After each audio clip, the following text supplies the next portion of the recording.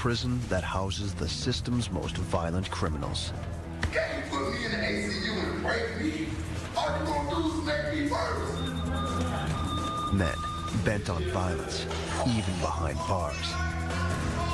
We live in a hostile environment, and hostile happens. Inmates who use their own waste as a weapon. And convicts that have seduced their female guards. I was in a relationship with a female officer. One thing led to another. They'll seize any opportunity to fight each other or their guards. But this place is designed to stop them. Underneath. Bring it in. This is Oak Park Heights Supermax.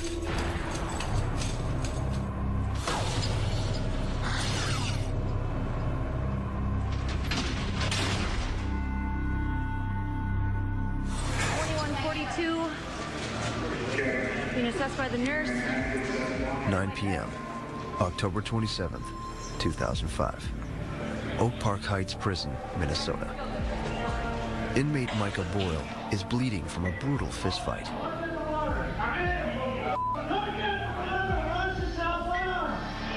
He has a reputation as a warrior because he got in 12 fights in 2 years. And the evidence here, blood here. And that was just at his last prison.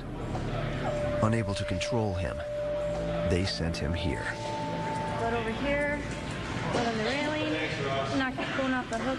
There's always going to be somebody that doesn't like you. And if I have a problem that's enough to bring it to violence, I'm going to take it to you, whether you want it or not.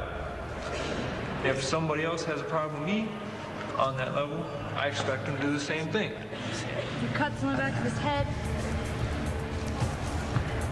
Boyle's fight is the latest event in a long criminal history.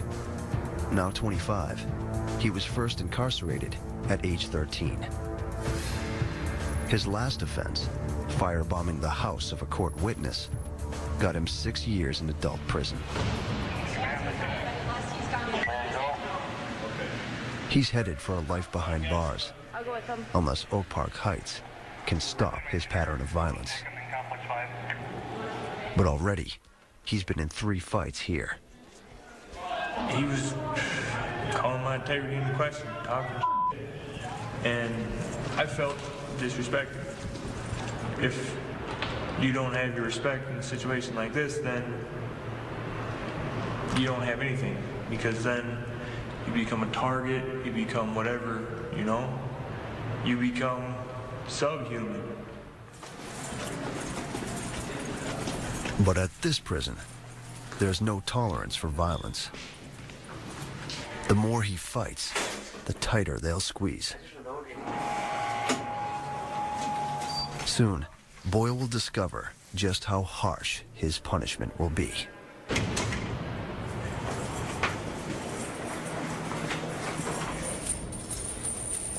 He's one of a new category of prisoner, inmates so violent and rebellious they can't be controlled elsewhere. Oak Park Heights was designed with them in mind. Miles of razor wire fence warn of the danger. The prison itself is a fortress-like compound. Thick, 5-story walls create a formidable bunker. Built into a shallow bowl of land, there's almost no way to escape. Inside, the inmates are segregated into small groups for maximum control. There are 9 prison complexes, each home to no more than 60 men. Most prison cell blocks house 5 times that number. But with inmates this violent, Oak Park Heights can't take that risk. These men are serial killers, child molesters, and sexual predators. They'll lash out at any time and in any way.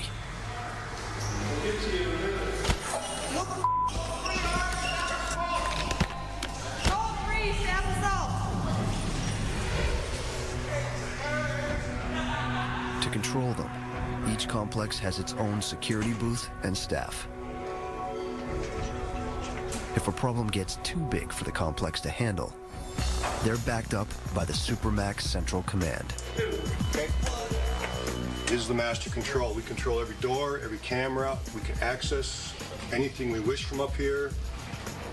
Nobody comes and goes without us letting them in. We're the nucleus institution. Everything generates out of here. Most prisons have dozens of cameras.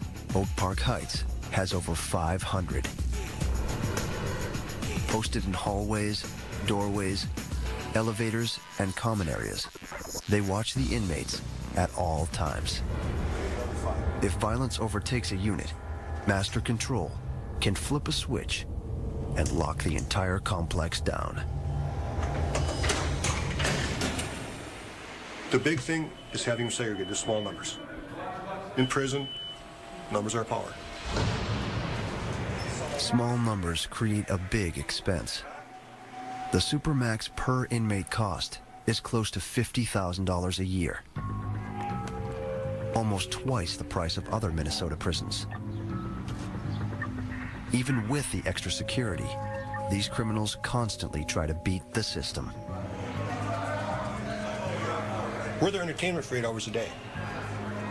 I've had an offender come right up to me and tell me, hey, my job is to pull, your job is to try to catch me. And you think about it, yeah, it is. You know, it really is. Where are you going?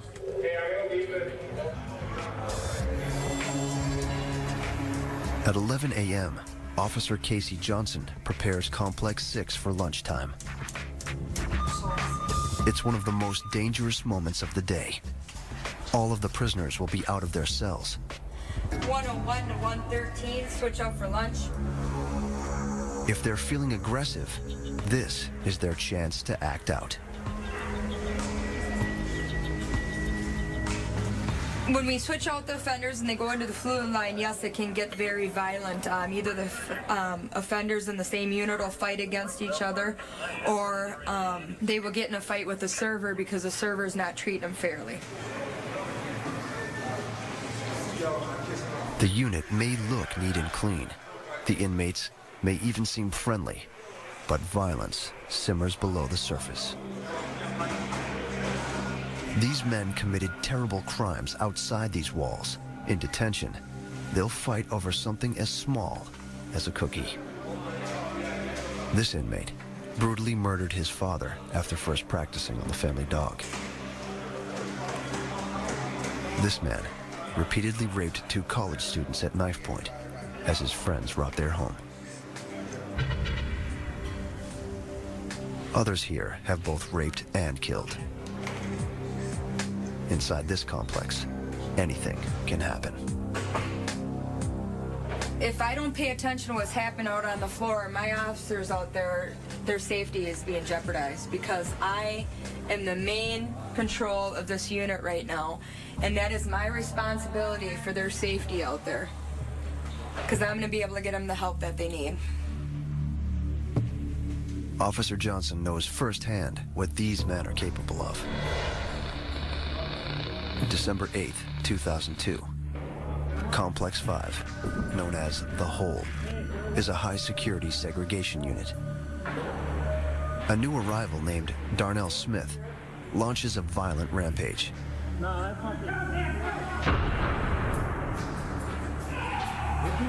Just releasing anger, pent up anger that I had directly from my trial. Smith's figured out a flaw in the unit's design.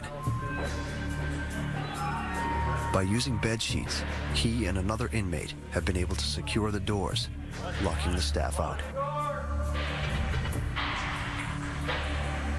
Now, they're free to destroy the complex.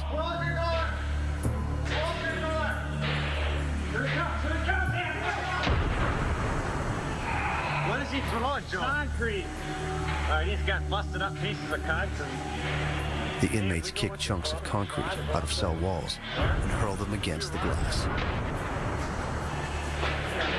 That's the first time I actually felt scared as a correctional officer, because I seen them, these are bulletproof and, you know, break-free glass, and they were busting it up like no tomorrow with the cement bricks.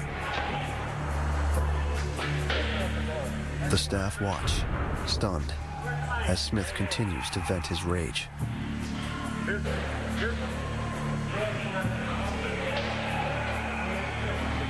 Well, I took it upon myself to be unruly because I feel that, you know, when you're going to do something in that manner, you're going to take it to the highest level.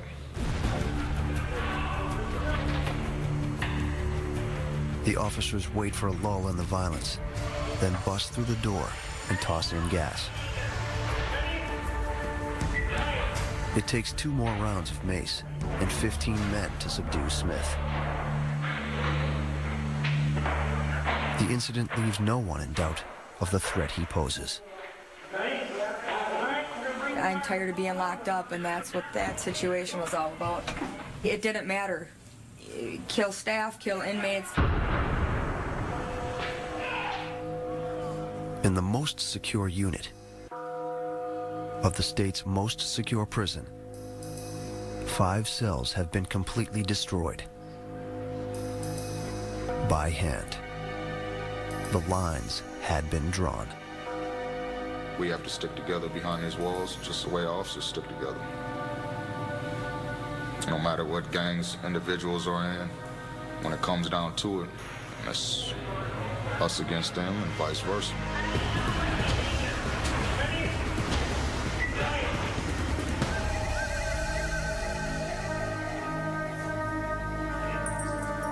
Smith spent 1 year in segregation as a punishment. Now he's back in Complex 6, general population. He's serving a life sentence for murder and has plenty of time to plan. His next move will be far less obvious, but it will involve a guard.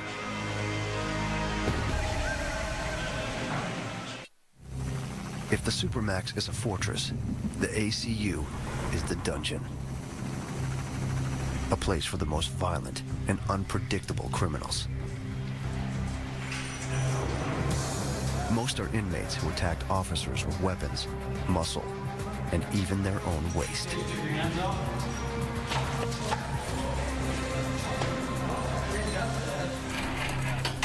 They come here and they're put on high-level control where they wear all the restraints every time they come out of their room. They wear the blue helmet. This guy also will be wearing a spit mask because he's a spitter. That's one of the reasons why he's trying to bite as well. Bite and spit. That's one of the reasons why he's put on HLC. Officer George Oswald is about to take an inmate for a haircut. Staff rarely have hands-on contact with these prisoners because they're so dangerous. When they do, at least 3 officers attend and use heavy restraints. Just a few months ago, an ACU inmate dared to take on all the guards at once. Yeah, you do. You're an angel. Oswald and his team will not even open the cell door until the prisoner puts on a spit mask and a padded helmet. They chain his wrists. These guys like to headbutt staff. That's one of their good weapons. So that's more of a precautionary thing. 128A. Stay on your knees. All right, knees. Bring it out. They wrap a thick chain around his waist and connect it to shackles on his ankles and wrists. The heavy restraint system reduces the inmate's movement and ability to attack. But that doesn't mean he won't try. Oswald and the officers keep one hand and both eyes on him at all times. It's tough to work back in the seg in the ACU department. You got to be pretty firm back there because these inmates are the inmates that have gotten in trouble in other places. So they might be mad at you. You know, they want to cause some problems. The ACU removes their tools for violence. The cells are 120 empty square feet of concrete and cold steel. Here's their shower, and everything's timed. They can take one shower every 12 hours. They can flush their toilet twice in an hour. They can get as much water from the sink as they want. The toilet, sink, mirror, and outlets lock into heavy metal anchors so that they can't be ripped out. Anything they could rip off, they would use as a weapon, and that's why there is no toilet seat. The cells also strip the inmate of all human interaction, even sound.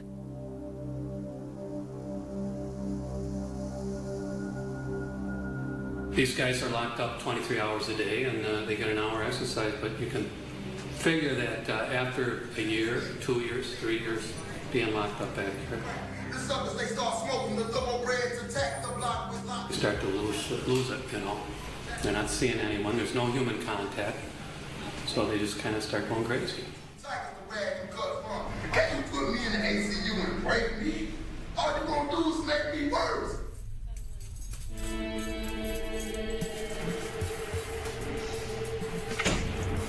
Oak Park Heights offers a carrot in addition to the stick.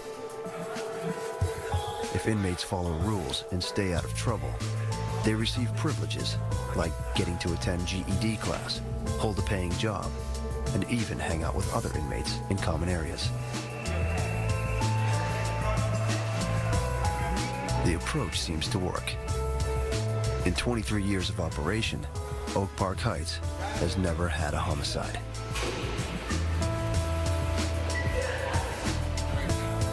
But for all of the prison's successes, officers like George Oswald still face serious threats. I've gotten pee thrown on me. I've gone into rooms that have been full of feces. It's something different every day. The danger goes beyond physical violence. Many of these criminals are cunning predators. The small prison units that give the guards control also allow the inmates to study their targets close up. Well, yeah, there's inmates around us right now, and they are listening. That's a fact. And there's a lot of inmates in here that are listening, and they also read lips. That's a fact. These guys have been in prison a long time. That's one of their tools. They know how to read lips, and they read their posture. They're reading us all the time as staff. So it's real tough to sit in front of this camera right now with inmates around and talk about how we work, basically. So one goes one. The threat is so serious, the officers will only discuss it outside. They say the inmates secretly listen to learn their personal information. The prisoners use it to threaten and extort the guards. A lot of us don't wear wedding rings. A lot of us don't talk about our children. We don't talk about what car we drive or what make car we like. These guys are information gatherers, and they will gather information from you and use that eventually. Someone will use it against you. They got friends out there. They call people. Even though there's a phone monitoring system here, they all know it. If they really want to try to do something on the outside, I think that it's possible they can. They got a lot of connections out there. Of all of the inmates at Oak Park Heights, one is known as a master manipulator. In fact, it's why he's here. Darnell Smith, leader of the violent rampage in Complex 5. My motto is chances make champions. I'm always lived by that. At his last prison, where he was serving time for raping a 12-year-old girl, Smith discovered a weak link in the system. Her name was Tina Leah, and she was a new guard at Stillwater Prison. She was working in the unit that I was living in A East, in Stillwater. She was at the front door sitting at the desk, and she saw me. I saw her, and I approached her, spoke to her a few times, and one thing led to another, and I asked her if she would be my woman, and she said yeah.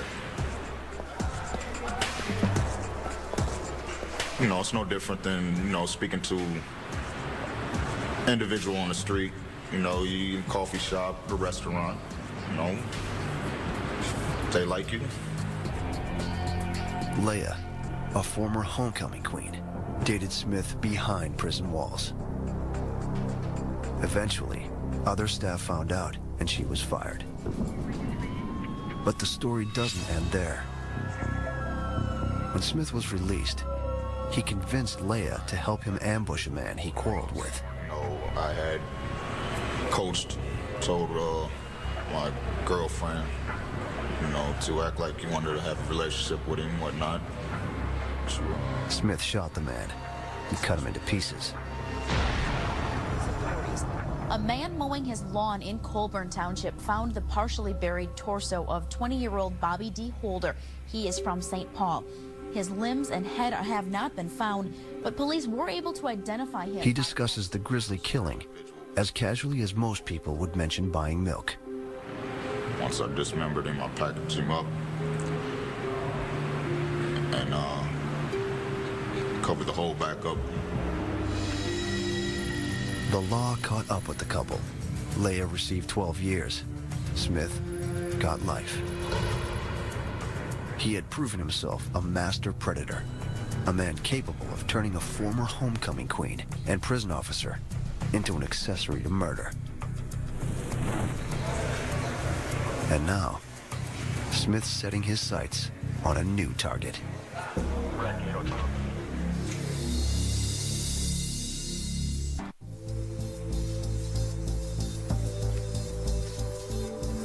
At Oak Park Heights Supermax, staff stay alert against threats of violence. Officers frisk inmates each time they move to a new place. Hold on. Everybody knows what the normal body feels like. If you feel someone's skin, you feel kind of a smooth surface. You feel any bumps or anything like that, it draws your curiosity to it, so you just check it out. There's one activity that sets officers particularly on edge. They call it rec time. But it's prime time for violence, because the yard is where the riots occur at most prisons. Hundreds of inmates converge in one place, with just a few guards standing watch. It's the perfect opportunity for mass mayhem.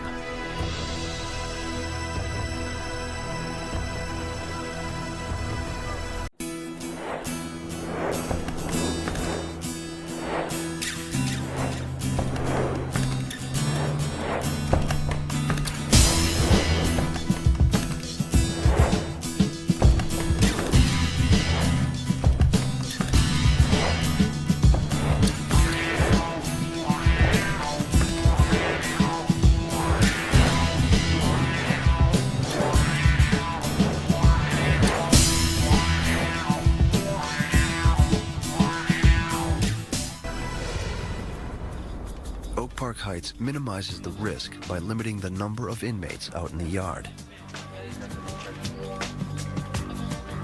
Only 2 units, a total of 104 inmates, can recreate at a time.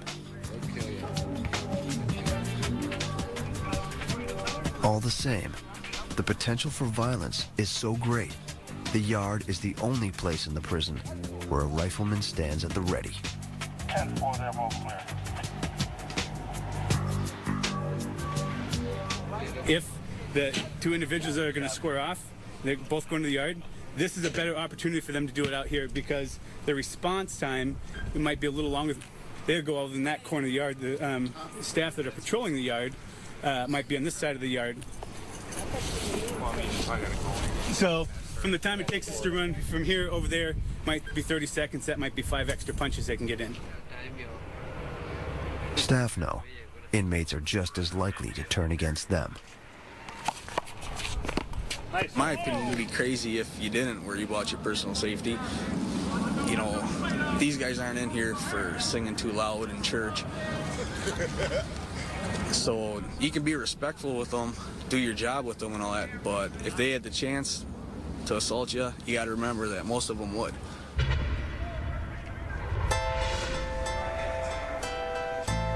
Back inside Oak Park Heights Complex 6, officers Tad Tagawa and George Oswald search the prisoners' cells for weapons. They have to check the rooms constantly, or inmates would build homemade arsenals. Normally, if the inmate was in here, we'd take them out, we'd strip them, probably cuff them to the table here, get a chair, cuff them to the table here while we do the room check. We start in one corner and just start looking through stuff. During long hours spent alone, prisoners devise ingenious weapons. Take a quick look in there, make sure they ain't got them. This toothbrush, for instance, they took the blade off of the razor and just laid the blade right in there and then just take their lighter, when they had lighters, and they could just melt these bristles. And the bristles would actually hold the blade in place. And then they would actually heat this up here and put a hook on there. So when you had it in your hand, they can't take it away from you. Because if they try and pull it, they're going to cut themselves, and it's got a hook around your finger, and it's ingenious the way they were doing some of this stuff. The knives, called shanks, have been made out of scraps of metal, stolen typewriter parts, even plastic utensils melted down. They could be hidden anywhere. I can take the mirror. I can look, as you can see. The very top and all the way down to make sure there's nothing taped to this. You could actually unscrew them, and then we're sticking stuff in there and screwing it back on. Now it just keeps turning. They can't pull it off. During searches, officers also check for hooch, homemade alcohol. Hooch you can really smell. It's really full of alcohol, basically. You can see pretty much everything in here. This TV set and many prison issue items come in clear containers so that they can't be used to stash contraband. If it wasn't clear and we couldn't see in there, it would be a very good hiding place. Here, there's a ledge right there. They'll even conceal weapons in the toilet. And you can tell, so you can see that there is actually a lip there.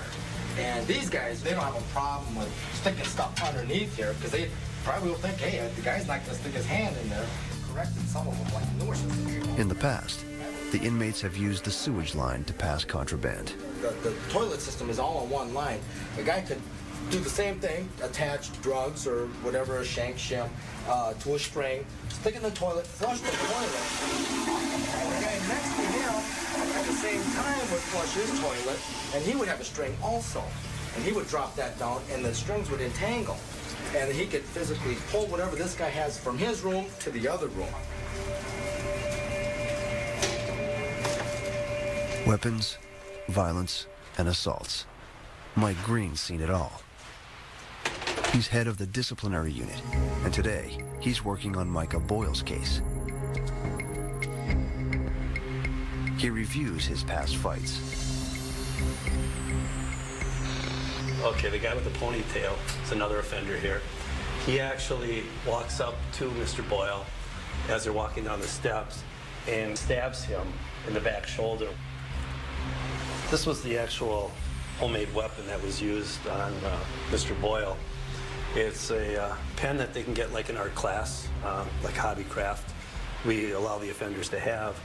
What he did was he put a rubber band and tape around it to make a better handle on it. So not real sturdy, but those are the types of weapons that are manufactured in Oak Park Heights. As they were actually going down the stairway, he had it in his hand and kind of got him with an overhead, and he got him in the shoulder blade. In his second fight, it looks like Boyle was ambushed.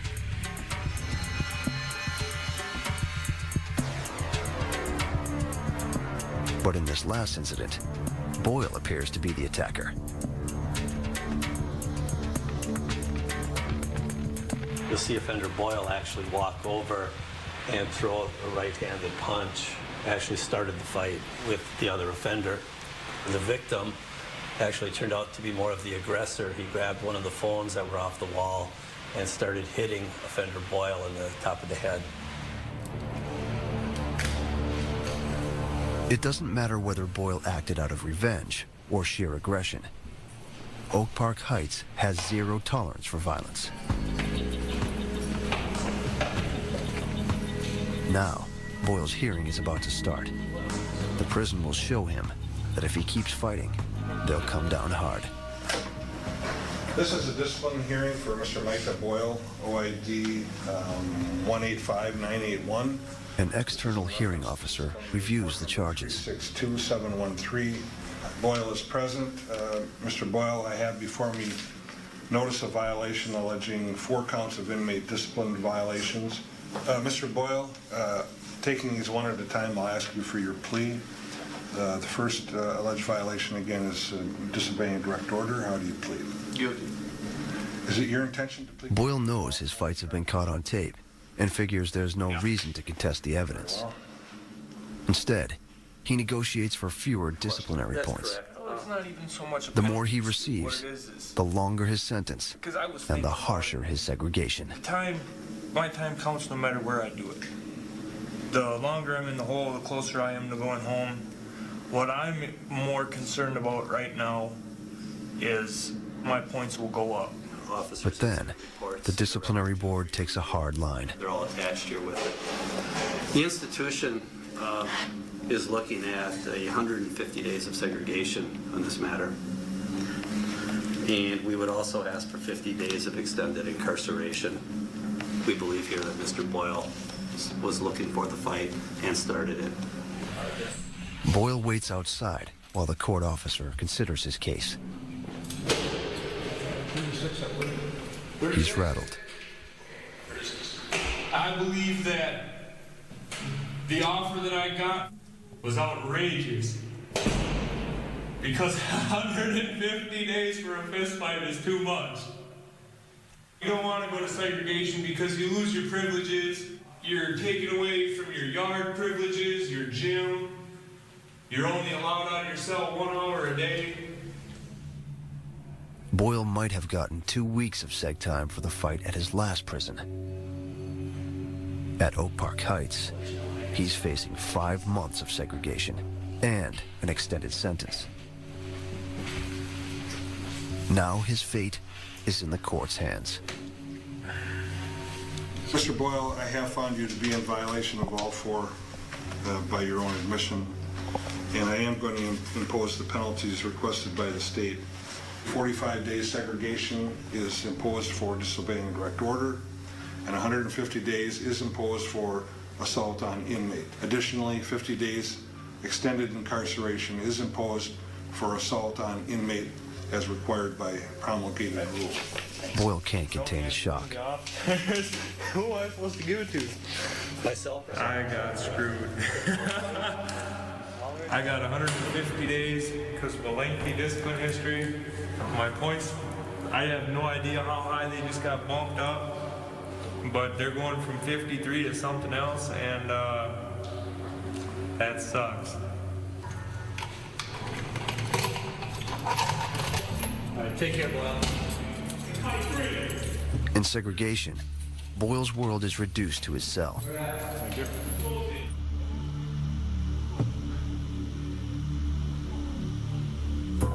Imagine standing in a closet with a toilet, with the door closed, and a window for outside, and living in there for months and months and months.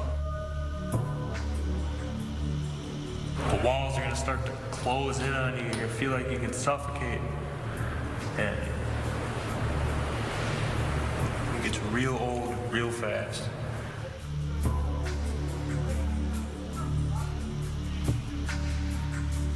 Some inmates lose their minds in isolation. Boyle writes a letter to the warden, asking her for leniency. Now he waits and hopes he doesn't crack.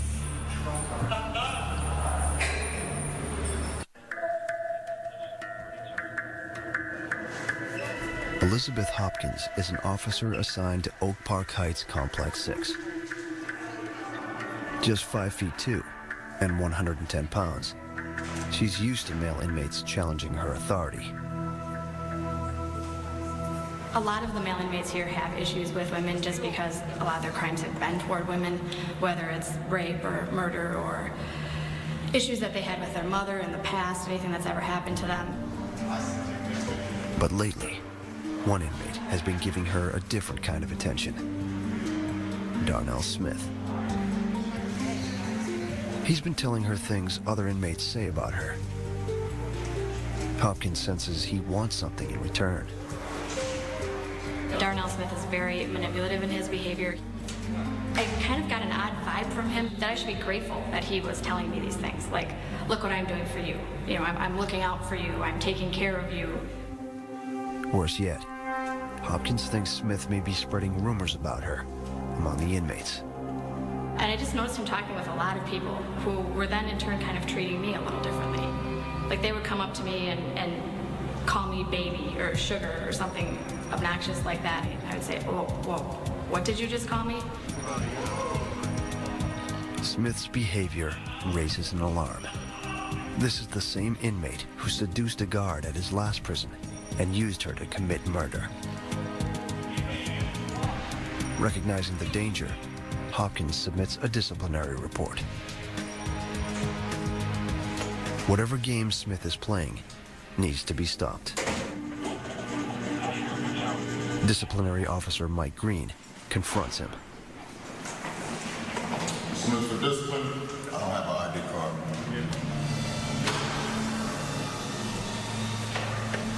Let it work.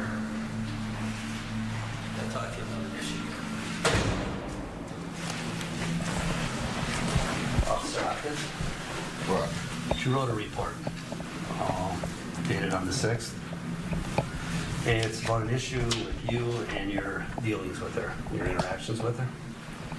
I'm really not in a good place about this report. What up?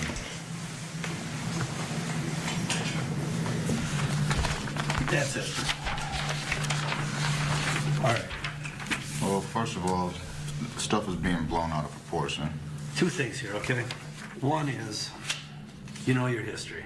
Right. And see, that's the thing. Okay, well... Exactly. Hear me out. That's going to be used against me every time. Well, it's something we can't ignore, obviously, right? Right. So there's going to be pretty much a light on you right now, okay? Exactly. I mean, She keep your took it the interaction. wrong way because, you know, anytime that I speak to somebody, I always got to be trying to come up with them. Mm-hmm. You know what I'm saying? Yep. And I'm tired of it. Period. And that's part of what I was relaying and saying to her, and she took it out of context and blew it out of proportion. I feel like that you and I can talk about this and get this resolved hopefully today. It's resolved. And you not going to be hearing any more about this? No. Do not talk to the officer about this. This is for her and her lieutenant to talk about. Well, tell her that I want you to let her know because I don't want her thinking that... I'm going to be letting her know. No, I'm saying... this conversation. Exactly. I'm saying after what I'm saying is while I'm, you know, moving around, I don't want her thinking that I have an attitude with her or that she has to be on her guard that is he going to do something to me now or something like that. Because, you know, I'm not like that, man. I know you pretty well about that. But I'm going to let her know, so say nothing, all right? Go. All right. Smith back to 6. The entire staff is briefed on the disciplinary report. It is truly a classic report on an inmate trying to get a hook into a staff. If you don't know... The captain cautions the officers that Smith has been confronted and may retaliate. Everyone is on alert. Complex 2 is starting wired. Sure, have a good shift. Thank you. The Grady, stand by. Back in Complex 6, Smith insists he's done nothing wrong. She's not even my type, for one. Two, logging conversations that we had that she fabricated a lot of what was said, and I didn't even know she viewed it in that way. I'm just being me. I'm not putting on a front for y'all. I'm not putting on a front for the staff. I am who I am, and I'm not going to apologize for it. But now Smith has a problem. Fellow inmates have heard about the incident.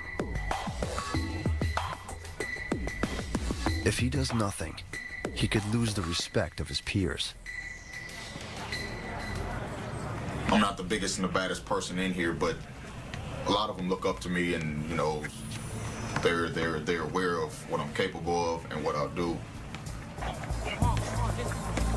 don't want to have to take stuff to different levels. I'm trying to live as comfortable as possible.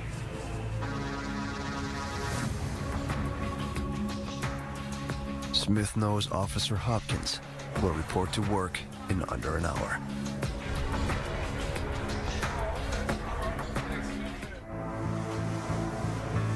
Corrections officers have their own code. Never show fear. I don't think you can be in fear and work here. Because if you're fearful here, then you're going to become a victim in some way. They're going to target you. They're going to try to do whatever they can to make you a victim. 3 p.m. Guard Elizabeth Hopkins begins her shift. Just an hour ago, Darnell Smith was warned to stay away from her. Now, he hovers in the common area. The unit, typically a quiet place, starts to hum with tension. It makes me more cautious than I usually am. I tend to be very cautious when I come into work, but I would say his state is making me more hyper-aware. Hopkins drops off the inmate's mail and notices something odd. Smith's room is packed up. Something some prisoners have done when they're getting ready to go to the hole. We've had several guys before that have packed up their rooms ahead of time before something has happened. So I'm getting an odd vibe from him. He's a lot more hostile than he usually is. If Darnell Smith assaults her, Elizabeth Hopkins knows it would take up to 30 seconds for the emergency squad to save her. Her life depends on being calm and having a plan. You want to protect vital areas. If I can spray some mace, that's great. If I can't, I'm just going to do my best to hold out until, the 30 seconds before the squad arrives into the unit. It's critical that Hopkins not appear rattled. There are still 4 hours to go on the shift, and she's out in the open, an easy target for attack.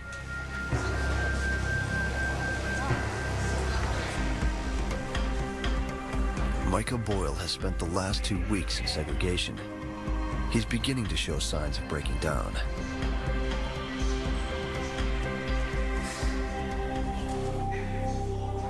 I can't guarantee that I'm a special case, but I've seen things and I've heard things that weren't there. He's got just one more chance. He gets to leave his cell to meet with Mike Green. The wardens answered Boyle's appeal. Okay. Warden's looked at it, and as you can see, she supports the decision of the hearing officer. Okay, she upheld the findings and disposition, so she denied your appeal.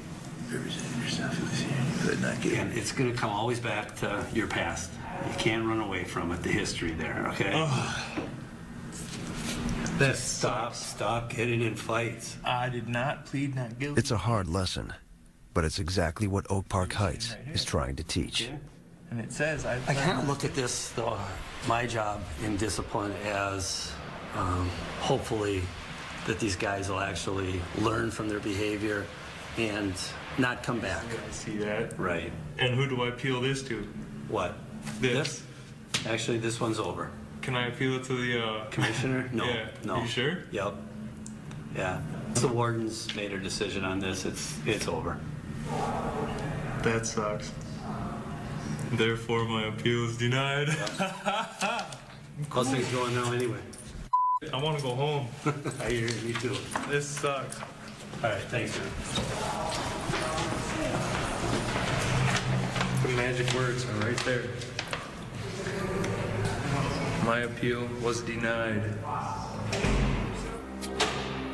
Micah Boyle has to spend 150 days staring at the wall. All of his battles have led to this. They say, well, habits die hard. They do. But you got to have the desire for something better than this. Because if you sit here, you're a waste. If you're gonna spend your life in a place like this, you might as well have never have been born.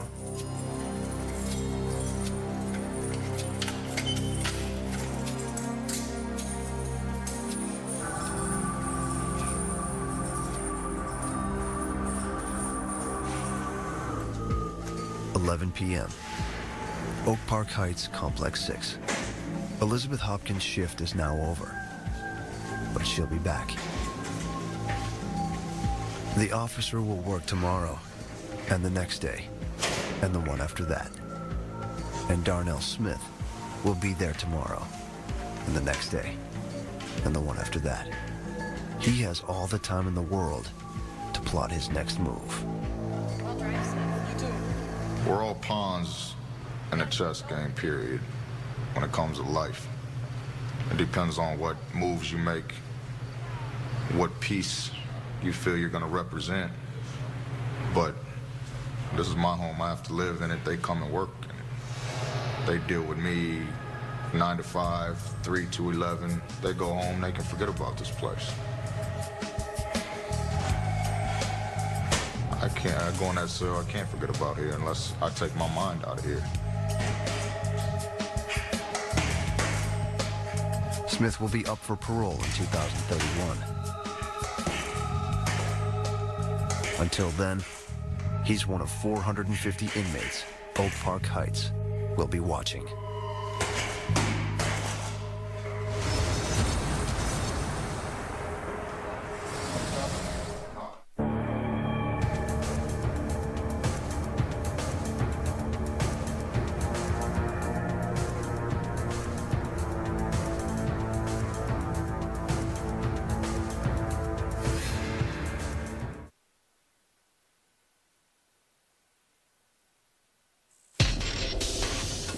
This is National Geographic Channel.